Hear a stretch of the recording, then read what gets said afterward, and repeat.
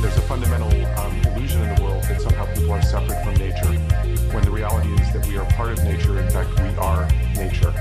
And that's probably the most fundamental misunderstanding in the world that's causing all this havoc. I think one of the reasons why it's so difficult for people to get it, that we're connected with nature, and to even understand the fundamentals of literacy, is because in many ways it flies in the face of the assumptions of our culture.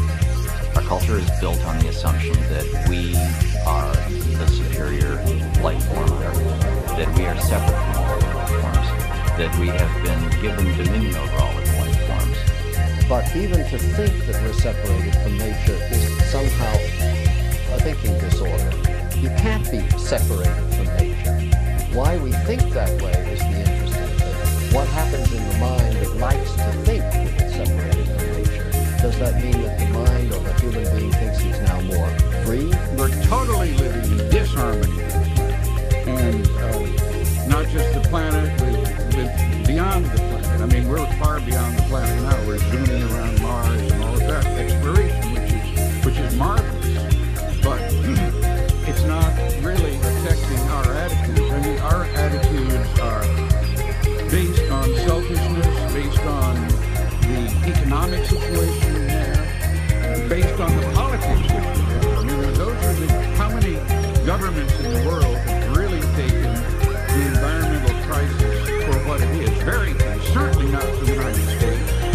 We live in a human-created environment where it's very easy to think we're different from other creatures. We're smart. We create our own habitat. We don't need nature. It's the economy that's the most important thing. And in focusing on the economy, I think we've forgotten these ancient truths, these ancient wisdoms that kept us plugged in to nature, and understanding that, gee, if we do something to offend the natural world, we're going to pay a price for that. We have to treat nature much more gently. That's the lesson, I think, that we've forgotten and that we're paying a price for today. The big rupture came in the 1800s and the 19th century with the steam engine, the fossil fuel age, the Industrial Revolution. This is a great rupture from earlier forms and rhythms of life, which were generally regenerative.